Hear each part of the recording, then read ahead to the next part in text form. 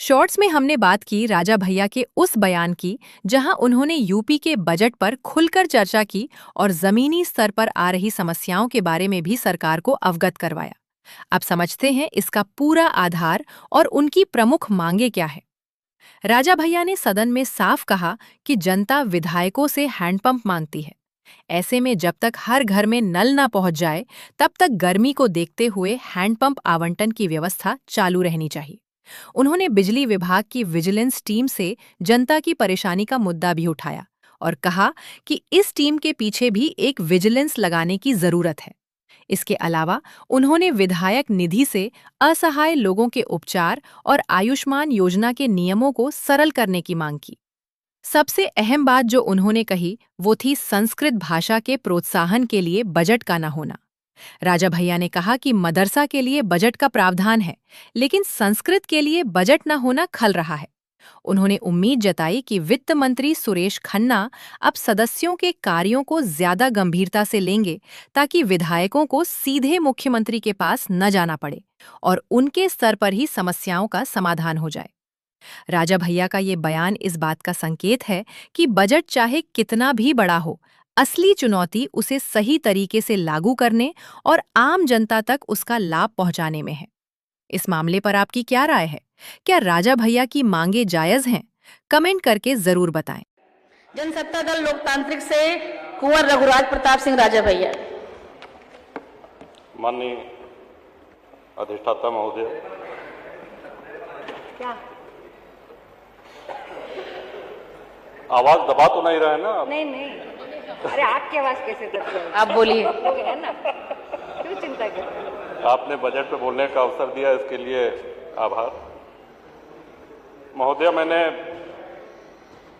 2 वर्ष पहले भी अपने बजट भाषण में ये कहा था कि कोई भी बजट न इतना अच्छा होता है जितना सरकार बताती है और न इतना बुरा या खराब होता है जितना विपक्ष उसको कहता है। ये माननीय मुख्यमंत्री जी द्वारा प्रस्तुत 10वां बजट है और अपने आप में एक कीर्तिमान है। आज तक कोई भी मुख्यमंत्री उत्तर प्रदेश में 10 बजट, वो भी लगातार, प्रस्तुत करने का कीर्तिमान। और इसके साथ ही साथ माननीय वित्त मंत्री जी का ये 9वां बजट है। और ये इसलिए मैं कहना चाहता हूं कि आप जितने पुराने वित्त मंत्री होते जाते हैं उतने ही और सक्षम, उतने ही और सबल होते जाते हैं। उसी तरह से हम लोगों को देखा करें, क्योंकि आपकी एक आदत है, हम लोग कोई काम लेकर के माननीय मुख्यमंत्री जी के पास जाते हैं, वो कहें कि ये खन्ना साहब देखेंगे, सुरेश जी देखेंगे। जब आपके पास जाते हैं तो आप कहते हैं कि भाई दांत के डॉक्टर को घुटने का दर्द बता रहे हैं, इसको आप वहाँ जाइए। तो अब आप इतने सक्षम हो गए हैं कि आप दांत के दर्द का भी उपचार कर सकते हैं, आप घुटने के दर्द का भी उपचार कर सकते हैं। शरीर में जो जो व्याधियां हैं उनका उपचार करने में आप सक्षम हैं।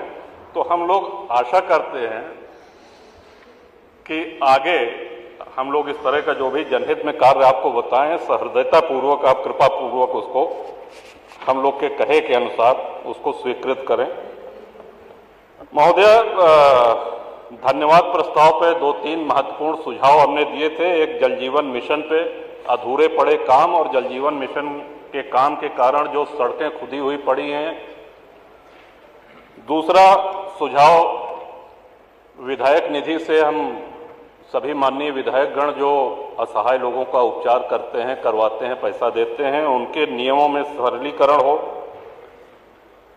और इसी प्रकार आयुष्मान स्वास्थ्य योजना जो है उसके नियमों में कुछ शिथिलीकरण हो ताकि अधिक से अधिक लाभार्थियों को इसका लाभ पहुंच सके। ये सारी बातें मैं धन्यवाद प्रस्ताव में कह चुका हूं, तो इनको दोहराने का कोई औचित्य नहीं है।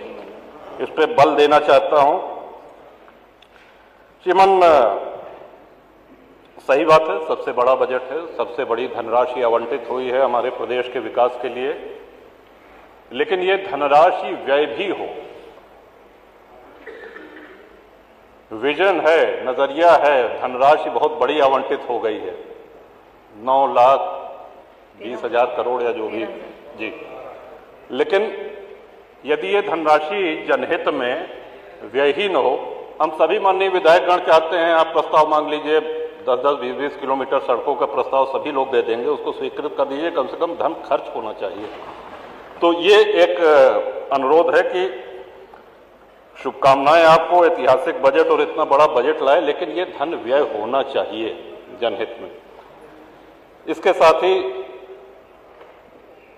जल जीवन मिशन में जहां टंकियां नहीं बनी हैं या बनने के बावजूद चालू नहीं हुई है, वहां पेयजल का संकट है। हैंडपंप दिन प्रतिदिन खराब होते जा रहे हैं। हम लोगों के हाथ में अब हैंडपंप है नहीं। क्षेत्र की जनता आती है, हम लोगों से पेयजल की समस्या रखती है, लेकिन हम कुछ कर नहीं सकते। अगर नल वो रिबोर भी होना है तो वो ग्राम प्रधान के जिम्मे दे दिया गया है कि राज्य वित्त आयोग से उसको रिबोर कराएं। प्रधान जी की अपनी समस्या है, वो कहते हैं साहब इस मत से हमको और इतना पैसा देना है कि हमको रिबोर करने के लिए हमारे पास पैसा नहीं है। तो इसमें अनुरोध है, सुझाव है कि जब तक जल जीवन मिशन पूरी तरह चालू ना हो जाए, घर घर नल न लग जाए, तब तक हैंडपंप इंडिया मार्का 2 की योजना आप इसको कृपा पूर्वक चालू रखें। गर्मी आने वाली है, पानी का स्ट्रेटा कम हो रहा है, नीचे जा रहा है, पेयजल संकट आएगा, तो इससे निदान, इसके निवारण के लिए ये आवश्यक है। इसके साथ ही इस बजट में और बजट भाषण के साथ साथ धन्यवाद भाषण में भी एक सराहनीय बात हमने देखी कि बिजली के विषय में किसी ने शिकायत नहीं करी, लेकिन आ रही है बिजली, लेकिन आप इतनी अच्छी बिजली दे रहे हैं, उसको विजिलेंस वाले पूरा चौपट करे दे रहे हैं। बिजली संकट नहीं है, 18 घंटा, 20 घंटा, 22 घंटा आ रही है बिजली, लेकिन छापे के नाम पे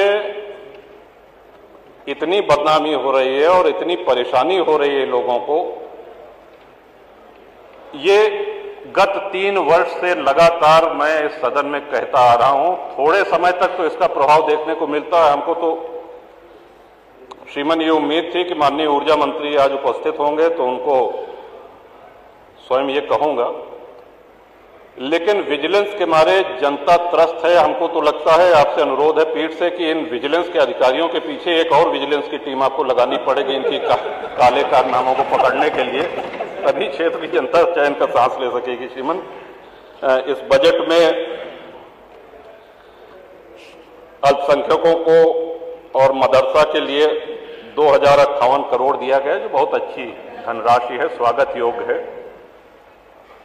श्रीमंत, संस्कृत विश्व की प्राचीनतम भाषा है और हम सभी सनातनियों के जन्म से लेकर के और मृत्यु तक जो जो संस्कार होते हैं वो सब संस्कृत में होते हैं। जो पूजा पाठ होता है वो संस्कृत में होता है।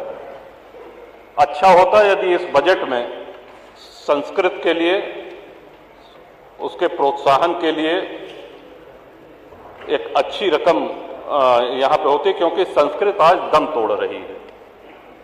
संस्कृत को आज राजाश्रय की आवश्यकता है, संस्कृत को आज प्रोत्साहन की आवश्यकता है।